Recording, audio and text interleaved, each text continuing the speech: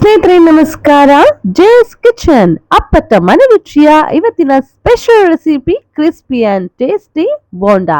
S, 2 ನಿಮಿಷದಲ್ಲಿ ಮಾಡುವಂತಹ recipe ಇದು. ಇದು ಮಾಡೋದಕ್ಕೆ ಮೊದಲಿಗೆ ಬೇಕಾಗಿರೋದು ದೋಸೆ ಹಿಟ್ಟು, ಅರ್ಧ ಕಪ್ಪು ಕಡಲೆ ಹಿಟ್ಟು, ಅದಕ್ಕೆ ತಕ್ಕಂತೆ ಅರ್ಧ ರವೆ, ಹಾಗೆ 1 ಮೀಡಿಯಂ ಸೈಜ್ ಈರುಳ್ಳಿ, ಇದಕ್ಕೆ 1/4 ಕಪ್ಪಷ್ಟು ನಾವು ಕ್ಯಾರೆಟ್ ತಗೊಂಡಿದ್ದೀವಿ, ಹಾಗೆ ಇನ್ನೊಂದು ಕಪ್ಪಲ್ಲಿ ಕೊತ್ತಂಬರಿ ಸೊಪ್ಪು ಹಾಗೆ ಹಸಿಮೆಣಸಿನಕಾಯಿನ ನಾವು ಸಣ್ಣದಾಗಿ ತಗೊಂಡಿದ್ದೀವಿ. ಮನೆಯಲ್ಲೇ ಸಿಗುವಂತಹ ಸಿಂಪಲ್ ಇಂಗ್ರೀಡಿಯೆಂಟ್ಸ್ ಇಂದ ಡಬಲ್ ಟೇಸ್ಟ್ ಕೊಡುವಂತಹ ಈ ಕ್ರಿಸ್ಪಿ ಅಂಡ್ ಸ್ಪೈಸಿ ಬೋಂಡವನ್ನ ನಾವು ಮಾಡ್ಬೋದು. ಎಸ್, ಈಗ ಒಂದು ಬೌಲ್ಗೆ ನಾವು ತಗೊಂಡಿರುವಂತಹ ಕಡಲೆ ಹಿಟ್ಟನ್ನ ಮಿಕ್ಸ್ ಮಾಡ್ಕೊಳ್ಳೋಣ. ನಂತರ ರವೆನ ಹಾಕೊಳ್ಳೋಣ, ಹಾಗೆ ಈರುಳ್ಳಿನ ನಾವು ಸಣ್ಣದಾಗಿ ಹೆಚ್ಚಿಟ್ಕೊಂಡಿರ್ತೀವಿ ಅದನ್ನು ಕೂಡ ನಾವು ಮಿಕ್ಸ್ ಮಾಡ್ಕೊಳ್ಳೋಣ.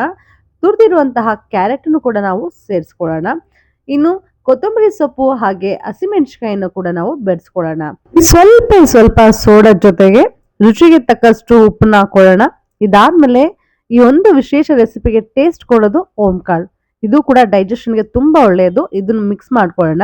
ಎಲ್ಲಾ ಇಂಗ್ರೀಡಿಯೆಂಟ್ಸ್ನ ಒಂದು ಬೌಲ್ಗೆ ಹಾಕೊಂಡ್ಮೇಲೆ ತುಂಬಾ ಚೆನ್ನಾಗಿ ಮಿಕ್ಸ್ ಮಾಡಬೇಕು. ಒಂದು ಬ್ಯಾಟರ್ಗೆ ನಾವು ಒಂದು ಸ್ವಲ್ಪ ನೀರನ್ನ ಹಾಕೊಳ್ಳೋಣ. ಜಾಸ್ತಿ ನೀರು ಹಾಕೊಳ್ಳೇಬಾರ್ದು. ನಿಧಾನವಾಗಿ ಒಂದು ಸ್ಪೂನ್ ತಗೊಂಡು ನೀವು ಕಲಿಸ್ಕೋಬೇಕು.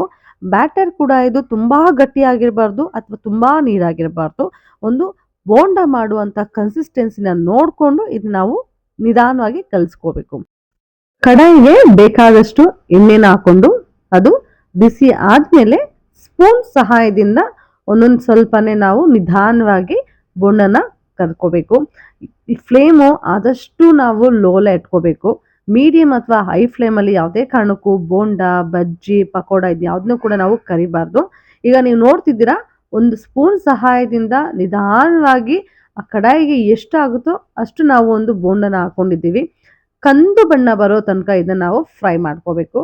ಯಾವುದೇ ಕಾರಣಕ್ಕೂ ಹರಿಬರಿ ಮಾಡಬಾರ್ದು.